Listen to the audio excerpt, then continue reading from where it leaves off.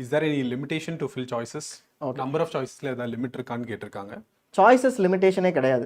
உங்களுக்கு வந்து தமிழ்நாடை பொறுத்த வரைக்கும் 37 கவர்மெண்ட் இன்ஸ்டிடியூட்ஸ் இருக்குது, 26 ப்ரைவேட் இன்ஸ்டிடியூட்ஸ் இருக்குது. ஸோ நீங்கள் கவர்மெண்ட் கோட்டாக்கு உள்ளே போகும்போது 37 + 26 சாய்ஸும் உங்களுக்கு காமிக்கும், எல்லாருக்குமே காமிக்கும்.